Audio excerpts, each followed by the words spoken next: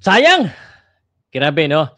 Anyway, sayang, comeback na ulit sana ni Mark Magnifico Magsayo. Yung pong nakita nyo, yan yung huling laban ni Mark Magnifico Magsayo. Nandun mismo ako doon sa Bohol yan naganap. Yan yung laban niya kay Panya Utok. Yan yung, kailan ba yan? Exactly 2019. So, 6 years ago. Anyway, pag-usapan natin bakit hindi matutuloy ang laban na yan. Ano ba talaga nangyari? Bakit gano'n? At syempre, sabi ng iba, no? Ipalit na si Casimero dyan. Pwede ba talaga ipalit si Casimero?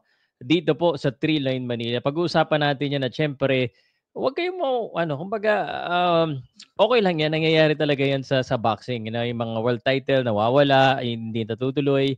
And these are all part of the journey. So, good job pa rin ako dito sa Blow by Blow 3-Line Manila. No? So, pag-usapan po natin at sasabihin ko sa inyo, no, na wala man si Mark Magnifico Magsayo, feeling ko may alam Mark Magsayo na ipapakita ko sa inyo doon sa fight card mismo.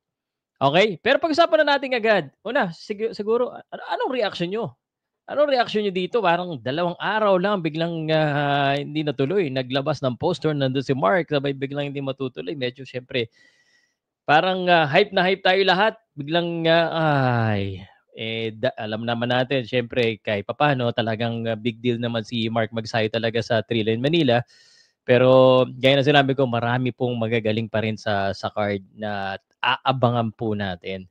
So, bakit nga ba hindi natuloy ang laban na yan? Ano? Itong dahilan. According po kay Dan Rafael na taga ESPN din ito, no? Sabi dito, contrary to various reports, Mark Magsayo and Michael Magnisi, WBC 130 final eliminator, won't be on October 29 on the MP Promotions card in Manila. This fight will be on PBC card probably in December in the US per MP President. Naku naman. Well, medyo bitin ng mga Filipino boxing fans pero good news pa rin kasi meron pa rin laban si Mark Magnifico Magsayo sa December nga lang. Sayang, no? Sana kahit activity fight, makakita natin siya dito lumaban sa Manila, no? Kasi it's still part of history. Gaya na sinabi ko, no? Most of the boxers, if not all of the boxers, would definitely want to be a part of this historic event kasi 50th anniversary ito ng 3-Line Manila, Muhammad Ali, di ba? So, that's very unfortunate, no?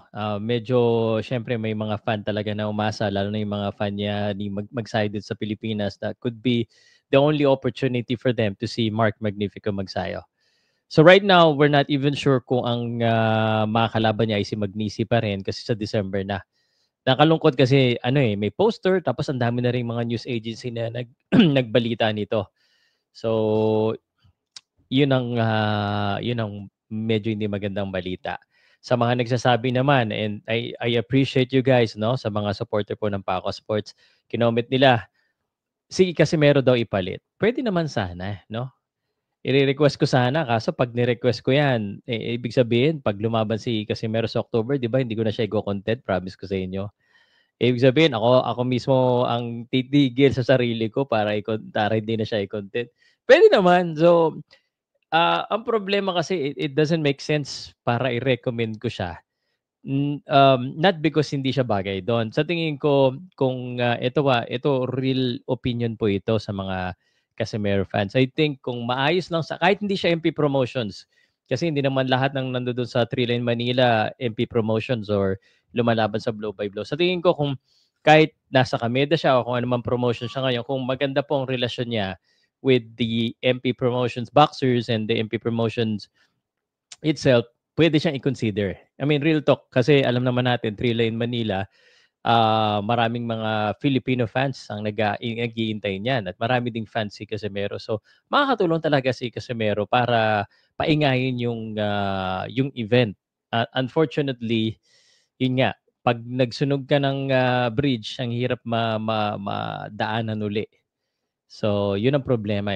Gaya sinabi ko, tawagin niya ba ng mga boy gapang o yung mga fans niya, tawagin boy gapang yung mga MP promotion boxers. Baka sila magbakbakan doon pag nakita sila. Hindi po maganda. So, that's why it's better to be kind of, at least professional man lang sa sites at isa, lalo na sa industriya po natin na napakaliit. Pero maganda sana, aminin ko sa inyo. Pero may mga nagyayabang na mga fans na kung si Casimero daw, kayang punuin daw yung Araneta Coliseum. Please, come on guys. Yung Okada nga hindi niya napuno. Ako nandoon ako. Yung mga nagsalita na kaya niyang punuin. Nandoon ba kayo ng last event? Nandoon ba kayo lahat? Parang wala naman kayo doon. Ako nandoon ako, sinuportahan ko si Casimero and binalita ko yung laban na yun dahil I'm still proud of any Filipino boxer representing the Philippines. Ikaw. Problema kasi malakas lang sa social media yung iba, malakas lang sa kakadakdak po sa social media pero ay naman gumastos. No, gusto puro singi, gusto puro libre. Yan ang problema. Mas maganda sana kung put your money where your mouth is. Kung ano sinabi nyo, yun ang gagawin nyo. Okay? So, okay sana pero malabong-malabo po na lumaban po si Casimero sa sa 3-lane Manila. Pero malay natin, mag-reach out na lang siya kung gusto niya. Pwede naman di ba? Gusto niya, parang hitting two birds in one stone. Pwede niya akong patigilin kung sakaling lumaban siya. One more thing, no? Ito yung sinasabi ko sa inyo. No? So, wala man na or hindi man matuloy yung laban ni Mark Magsayo, may Melvin Jerusalem ka pa, no? I think that will be, actually, that's the main event, the real main event kasi world title fight yun eh. Meron ka ding Marlon Tapales, may Calames Wonderboy Martin ka pa. Nandoon din sila lahat. So marami po magagandang laban. Yumir Marshall, Weljan Mindoro, mga future po yan. At ito isang abangan nyo. Hindi nyo pa ito kilala, pero inahype ko na Roderick Bautista at saka si Ronnie Rick Ballesteros. Yan ang pinakabaguhan dyan, pero talagang sasabihin ko sa inyo, may dating talaga yung mga boksingero na yan. I-hype natin yan, no?